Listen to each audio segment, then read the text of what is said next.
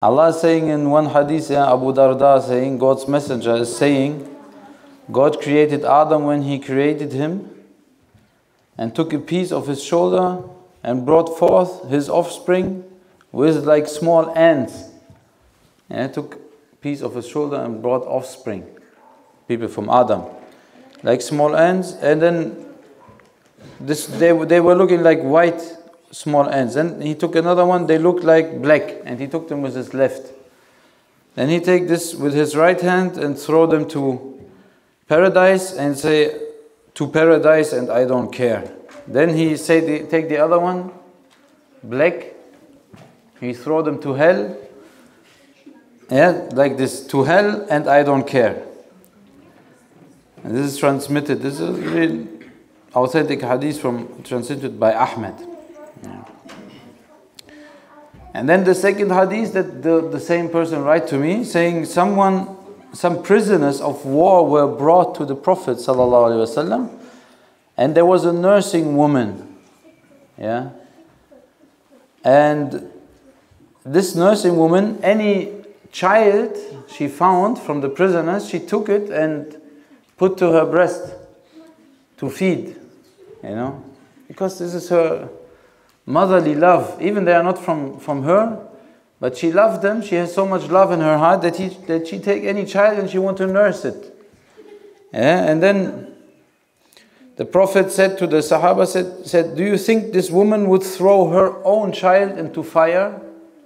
Because even for other children she has such a love. What about her own child? And then the Sahaba said no. If she is able to stop it, she never throw them into fire.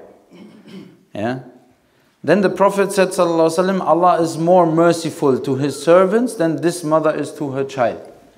Prophet, he said that to the Sahabas.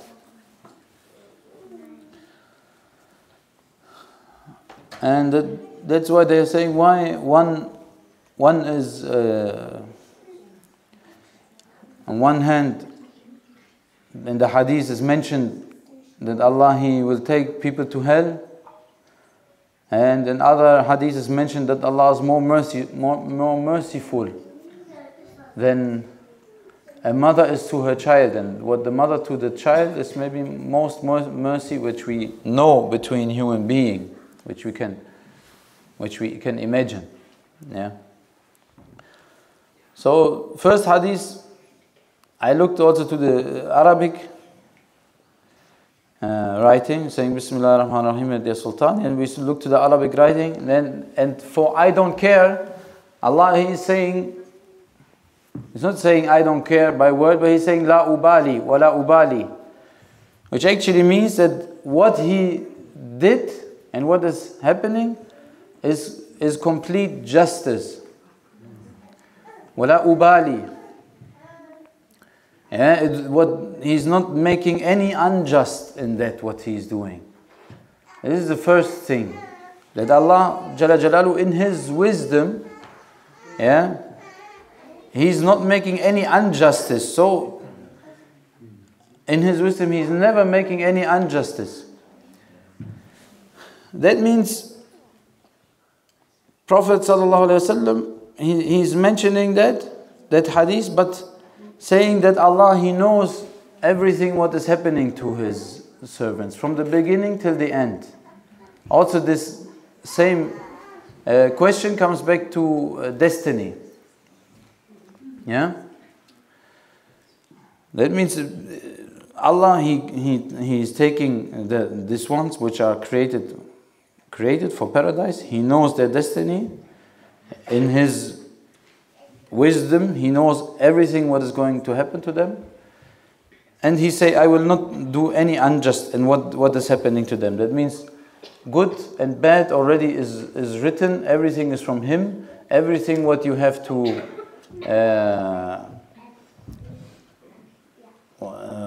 experience as human being is in Allah's justice. Jalla Jalaluhu. That's why He's saying La ubali. He's not saying I am indifferent, I don't care. I'm indifferent, I don't care at all for for my beloved ones. He knows who is going to transgress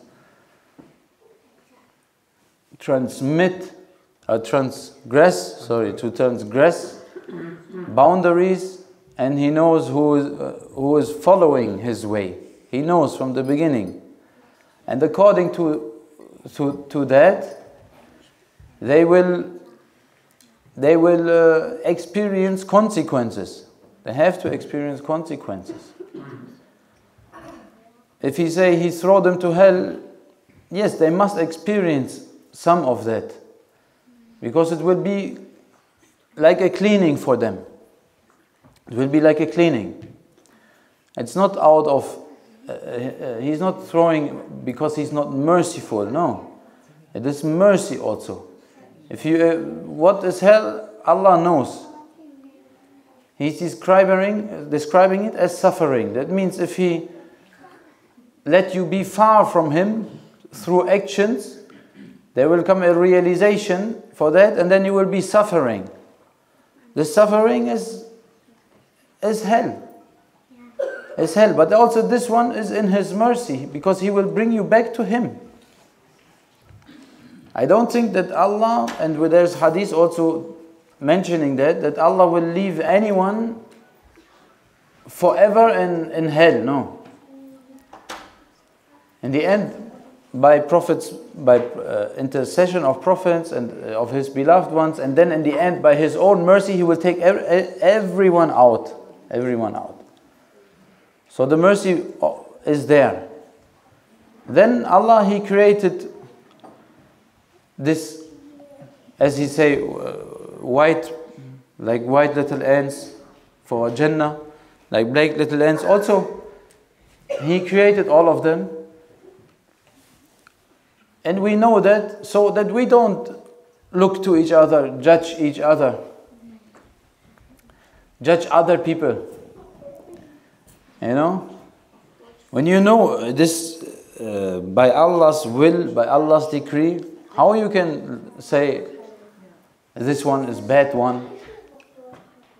You know, they are bad people, I am from good people, or they are good. How you can say that? You know, what only thing you can say is to Allah, you can say, thank you Allah, that I don't have to carry that bad. You created this bad also, this darkness, you created it. Thank you very much that I don't have to carry it. It's a very hard destiny to carry bad things. Much more hard. Now for Israeli war, for example, yes, Shaykh Muhammad, he always prayed for these children, they being harmed, ladies being harmed, civilians being harmed. But what he said the real ones who will be suffering so badly is the one who do that, the tyrants. They are in a much worse state than the ones who receiving the tyranny from them. They are in a much worse state. You cannot imagine what suffering will come to them. And then he said, even those ones that the tyrant is coming to you, you must say to Allah, don't say, oh Allah, why is this happening to me? Because it's in His will. You must say, thank you Allah that you didn't make me to be the tyrant. You know? So knowing this, that Allah, He take and He throw. He said, this is what I created for you to realize. This is the life I created for you. You know, here's the white ones, here's the black ones. Now live your life. Wala ubali, I will not be unjust. Yeah? And not be unjust. Also, yes. Sure, He cares for us, but what He's meaning to say, it is in His decree. It's in His decree. What is written. Yeah? And second hadith, for sure, showing us that Allah Jalla Jalaluhu, He is merciful. That means anyone who is asking for Allah's mercy, you may ask for Allah's mercy for everyone, and you will reach it. you will reach it. So many times, also this is connected to that topic, so many times in the Quran is mentioned that you must be to Allah between fear and hope. This is the right state that we have to have towards Allah. You know, not only, oh, I am safe, I am safe, I am safe. And not only, oh, I am fearful, I am fearful, I am fearful. No. Between. You must have hope and you must have fear also from Him. That's why for sure, Quran will mention on one hand how much, or Prophet ﷺ will mention on one hand how hard and severe can be punishment if you look away from Allah.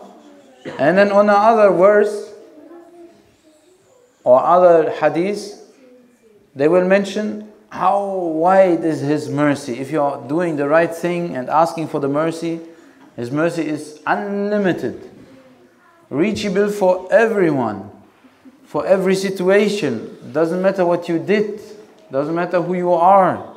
You may reach it at any situation, at any time. This gives you the right behavior. Right behavior. You are towards Allah between fear and between hope. This since my childhood they said it to me. You must be to Allah between fear and hope. And so this is showing also the both hadiths, showing that there is both sides, and it's not a contradiction. It's not a contradiction. Even there, I think this also from hadith, if there is only one place in paradise, you must hope that it can be you.